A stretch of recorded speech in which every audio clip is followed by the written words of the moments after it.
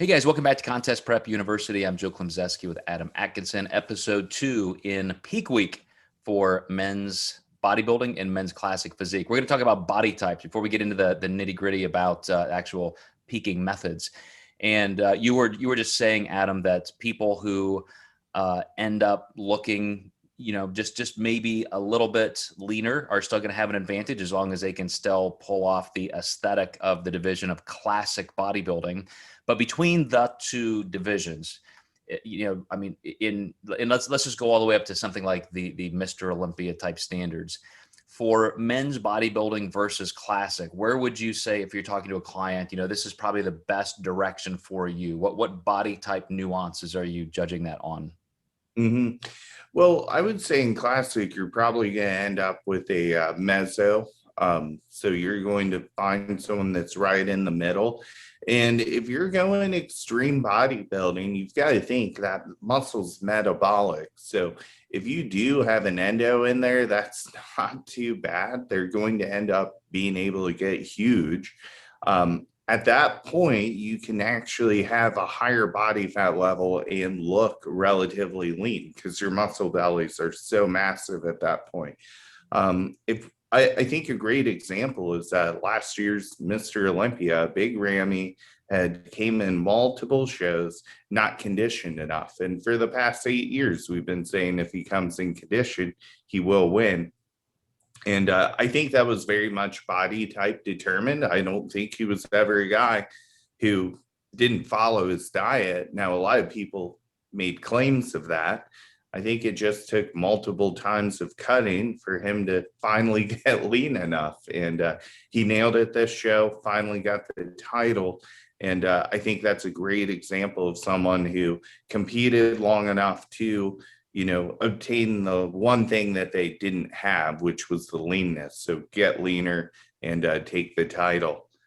Right. And I'll use me as an example for classic physique, because when it first came out, I saw this happen. I always used to joke that I would be a much better bodybuilder if you could stop dieting around 5 or 6%, because being a little bit of an endo, for me to get my glutes striated or just get lean enough, those last 2 or 3 pounds really cost me a lot of upper body size, which costs some symmetry. And if if it was just allowed to be a little bit fuller, that would have suited me better. And I think of clients very similarly. If you have what it takes to compete on that level of just extreme conditioning, extreme size, then obviously bodybuilding's for you. But I think a lot of people still even just like that look and feel of being a little bit more aesthetic and not having to go for those extremes. And so I think it's almost self-regulating, where people just by their own, likes and dislikes in the sport will find which division is right for them. But, also in terms of, kind of where you fit in, maybe in the chronology of your career, this is something that I'd like you to address.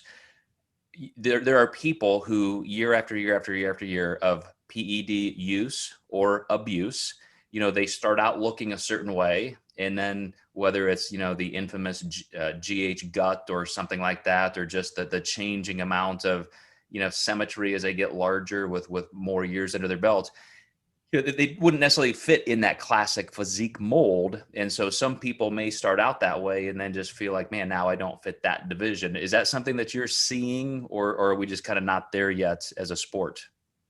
We are, there's multiple people who probably get into the sport and push the drugs too early before they even find their base or a stopping point from natural growth. And, take Kai Green, for example, who competed naturally for years. He was winning as a natural. And I do believe they even got his IFBB Pro card without using. And then he started using and just really blew up. So I always say, you can't really turn a pug into a giraffe. And I think that's kind of the concept or ideology I like to look at when people try to use PEDs too soon.